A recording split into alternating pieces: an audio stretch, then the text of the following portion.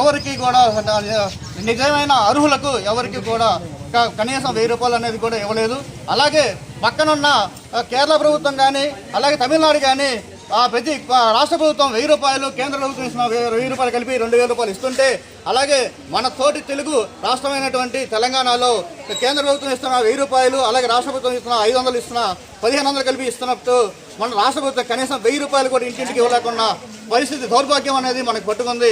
ఎందుకంటే జగన్మోహన్ రెడ్డి వచ్చినప్పుడు ప్రతి ఇంటికి 1000 రూపాయలు అనేది ప్రతి కుటుంబానికి ఇవ్వాలని చెప్పేసి, ప్రతి రేషన్ కార్డు ఉన్న వాళ్ళకి ప్రతి అర్హులకి ఇవ్వాలని చెప్పేసి చెప్పినా కూడా గ్రామ వాలంటీర్లు వాళ్ళ ఇంటిళ్ళకి వెళ్ళి ఇవ్వకుండా వాళ్ళని చాలా ఇబ్బంది పెడుతున్నారు. వెంటనే వాళ్ళకి ప్రతి ఒక్క కుటుంబానికి తెల్ల రేషన్ కార్డు ఉన్న ప్రతి ఒక్క కుటుంబానికి కూడా 1000 రూపాయలు పంపిణీ చేయాలని చెప్పేసి, ఆ 1000 రూపాయలు ఎలాగో చాలదు, వాళ్ళకి కనీసం 5000 రూపాయలు అని చెప్పేసి కుటుంబానికి ఇవ్వాలని చెప్పేసి మేము ఆంధ్రప్రదేశ్ బ్యాక్వర్డ్ క్లాస్ ఫెడరేషన్ తరఫున డిమాండ్ చేస్తున్నాము. ఎందుకంటే వాళ్ళకి 1000 రూపాయలతో వాళ్ళ వల్ల ఒరిగేది ఏం లేదు.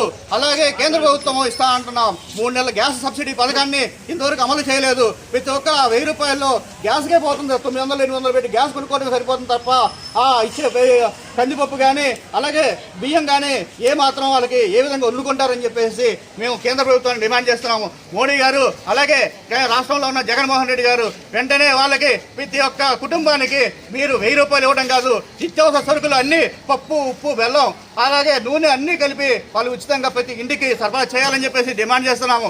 అలాగే లేని పక్షంలో మటుకు ఇప్పటిదాకా మీరు విన్నారని ఉన్నారు, కానీ మేము వినిపిస్తాము, త్వరలో మా వాణి వినిపిస్తామని చెప్పేసి ఈ సభాముఖంగా హెచ్చరిక జారీ చేస్తున్నాము. ఎందుకంటే మీరు ప్రతి కుటుంబానికి ఆదుకోవాల్సింది పోయి కరోనాతో బాధపడటం కంటే అన్నమో లక్షణ రామచంద్ర అన్నట్టుగా ఆకలితో చాలా మంది చచ్చిపోతున్నారు. దీన్ని గుర్తుపెట్టుకొని మీరు ప్రతి ఒక్క కుటుంబాన్ని ఆదుకోవాలని చెప్పేసి ప్రతి కుటుంబానికి 1000 రూపాయలు నిత్యావసర సరుకులు పంపిణీ చేయాలని చెప్పేసి ప్రతి అర్హులకు పెన్షన్ సౌకర్యం కల్పించాలని చెప్పేసి నిన్న చాలా మంది మా ఆఫీస్కి తలుపు తట్టడం జరిగింది. ఎందుకంటే మీకు పెన్షన్ ఇవ్వాలంటే 1000 రూపాయలు ఇవ్వాలంటే మీకు కరెంటు బిల్లు లేకుండా ఉండాలి. కరెంటు బిల్లు ఉంటే మటుకు 1000 రూపాయలు అలాగే నిత్యావసర సరుకులు కూడా ఇవ్వమని చెప్పేసి చెప్తున్నారు. దీనివల్ల చాలామంది వృద్ధులు కానీ వికలాంగులు కానీ చాలామంది బాధపడుతున్నారు.